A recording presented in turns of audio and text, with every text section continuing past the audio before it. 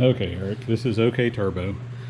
I'm just going to try to answer some of your questions. Like I said, I'm more of a, well, I've said before on some of my videos, I'm more of a visual learner, so typing everything out, it gets kind of complicated. So I tried to answer some of the questions. The main thing I'm trying to do is just help everybody, or help you to understand the forces involved, the principles, so that you can do your boost glider design more effectively. So, I mean, one thing to do is to look at designs in the past, and you can see like these rocket-powered boost gliders. They do different things to kind of control the aerodynamic forces in the two different flight envelopes. So you're going to boost really fast, and then you're going to transition to a glide where you're flying really slow. So I pulled out some of my FreeFlight planes to kind of show you, because several of these have lifting stabs. Like I said, in FreeFlight, you use the lifting stab because it provides more lift, and the whole goal is to keep this thing up as long as possible. So, and really they don't go through this high speed transition. Some of them a little bit, like this Gollywalk, it's got a big folding prop, and so it goes up fairly fast. I mean, it launches vertical, but it's never as fast as like a rocket motor will do it. I pulled out an old JetX kit that I have never built. JetX were these little low thrust, long burn propellant kind of things that happened back in the 60s. I don't think they could even sell them nowadays with all the lawyers around. But there for a while, there were some little solid propellant ones, looked like little rocket motors called Rapiers. I still have a few of those stuck back somewhere. Same kind of a deal. It's kind of a low thrust, long burn kind of a thing. But you can see they put the JetX engine is kind of on top. That's your thrust line. So the thrust line kind of, it keeps you from blowing the hot exhaust all over the plane a little bit, but it also kind of compensates for, the lift and things, because the lift will be trying to make the plane fly up. You put the thrust line high, well, that in relationship to the center of gravity kind of gives it a little bit, kind of pitches it this way. So I've got this, here's an old hand launch glider. This is just a chuck glider. You throw it up. So you throw it up vertically, it kind of does a twist. But you can see it as, if you put the thrust line higher, that will kind of try and make it pitch this way, because the whole plane's going to try and do this as it flies faster, because you're trimming it for a very slow circling flight. Then you start to make it go faster. Well, whatever trim you've given back here to give it that angle of incidence, so it can go nice, slow, gentle glide. When it goes fast, it's going to want to pitch this way. So you can put the thrust line higher, like where my finger is here, and that thrust, when it's going faster, will help pitch it down, which kind of bounces out some of that. So that's one of the tricks they do. Some of them you'll see, they even have just like a removable pod. So you put the center of gravity real far forward, and then that whole pod separates. So that's the other thing you have to decide. Are you going to have like your rocket motor on a pop pod that goes off, or are you going to keep it all together in one? And you'll see some of them are, they'll actually slide the wings all the way back, and then when it gets to the top, the rocket motor ejection charge will pop, and then it releases the pin. When this spring-loaded rubber band, the wing will slide forward back to the slow flight position. There's that one. Joshua Finn, he's a FreeFlight guy that also gets into boost gliders. He sells a kit where the wings fold back. So you fold them back, so now you kind of negate their lift a little bit, although it gets kind of wonky with the center of pressure and stuff. But he's able to get those trimmed out, and then when it gets to the top and the ejection charge pops, it moves the whole system back, and it releases a pin, and then the whole wings go and they flip out, like a scissor wing kind of a thing. Well, they fold this way. There are some of them like the old scissor wing glider Estes kit.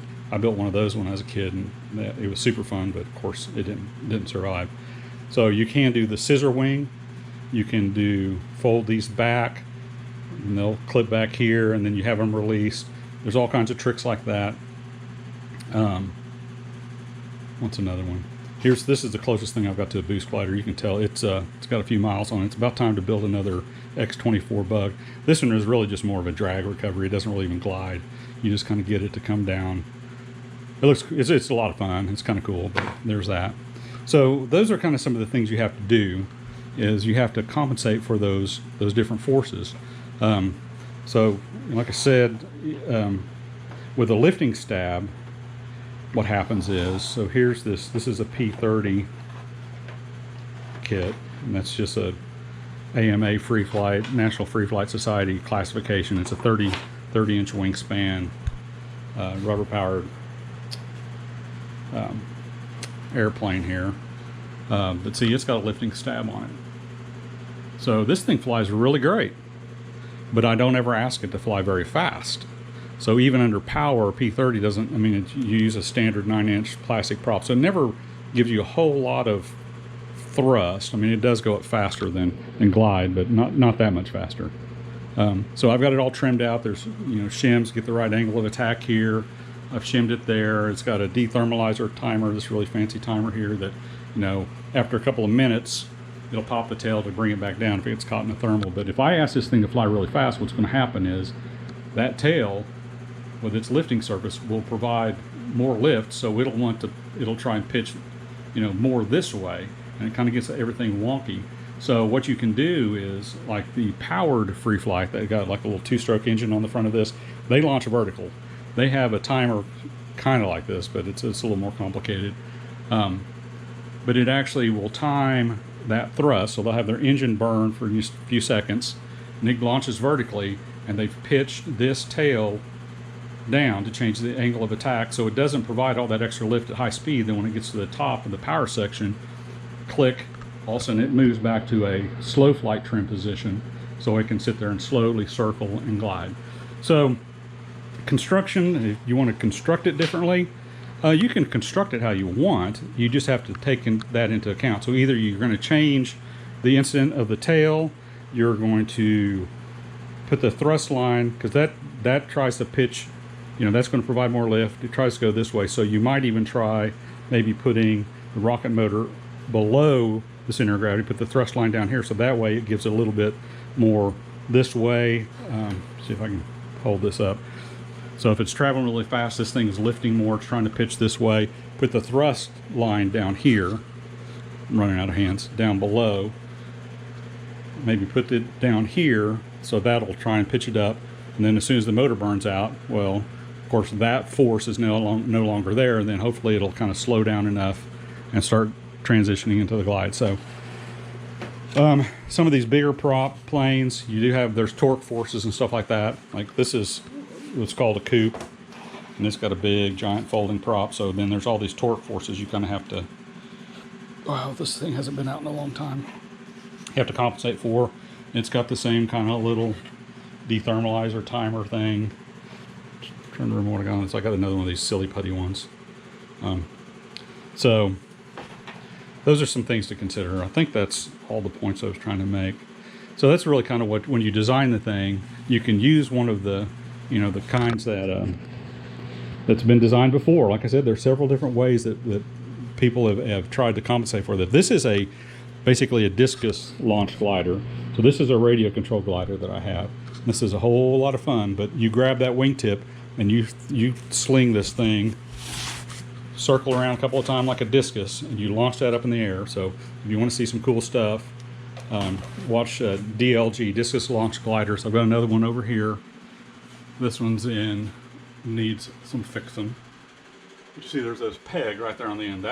You grab hold of that and you swing this thing around, 1.5 turns, and you chunk it as hard as you can up in the air, and it's radio controlled, so you can set a trim. So there's a trim switch that I hold on to that changes the angle of that horizontal stab. And so when I launch it, then it gets all the way to the top, I can let go of that, and that'll give it the angle of attack for the tail for the slow glide. So that's one way that they do it here. But with radio controlled, it's pretty much the control is in your hand, so you can trim it that way. It's a lot easier to do than these. So here's another P30 with a different style timer on it. Same kind of deal, lifting stab. This actually has a turbulator strip on it. So this is what gets kind of crazy with these really slow flying planes. You actually want turbulence on top, because you don't want a laminar flow that's going to separate from the wing. You want that down. So if you look at even full-size short takeoff landing planes, this has got a little camber to the wing. But what this strip is doing is, as the air goes over, it actually makes it turbulent, so that it keeps attached to the top of the wing, so it's providing you lift the whole time. Because that's what a stall is when the air becomes separated from the wing, it's no longer providing the lift. So there's another thing right there. I'm not sure if that helps you on your boost glider, but that just kind of shows you the aerodynamics between slow flight and high-speed flight are much different. I mean, all you have to really do is look at an X-15. X-15 can travel super fast, rocket-powered, but it doesn't glide worth a flip. So anyhow, a lot of talking. Hope that helps. If you've got any more questions, let me know. I got this GoPro, so I've been trying to use it more. Just kind of showing you how I do things, and then, like, I mean, this is a community, so we talk back and forth, and you know, don't take any of this stuff that I say as gospel. This is just over the years, or things that I've done, things that I've learned, and you learn them the hard way. A lot of these planes, they get, as you're learning to trim them, they get busted up. That's usually when it gets torn up the worst, is when you're trying to trim them, because you can go out into a field and kind of chunk it. Okay, hey, it glides great. Then you put a few winds in it, that's not so great. Okay, what do? So you can see this one's got, I put a shim on it. I don't know if you can see that or not. And that's got a shim on it where I've adjusted the thrust line. So you're always carrying like a little shims and business cards. Sometimes you're breathing on this to warp the wing in a certain way, or the tail, or adding a little tab just to get them to fly the way you want to. Here's on my gollywalk here. I actually cut a tab there, so that's got some wire there, so I can adjust that little trim tab on the rudder. Shims underneath, the horizontal stab, and that's another lifting stab. So tricks like that. So anyhow, there you go. Some hopefully some knowledge from OK Turbo. If it's all BS, let me know. Talk to you guys later. Bye.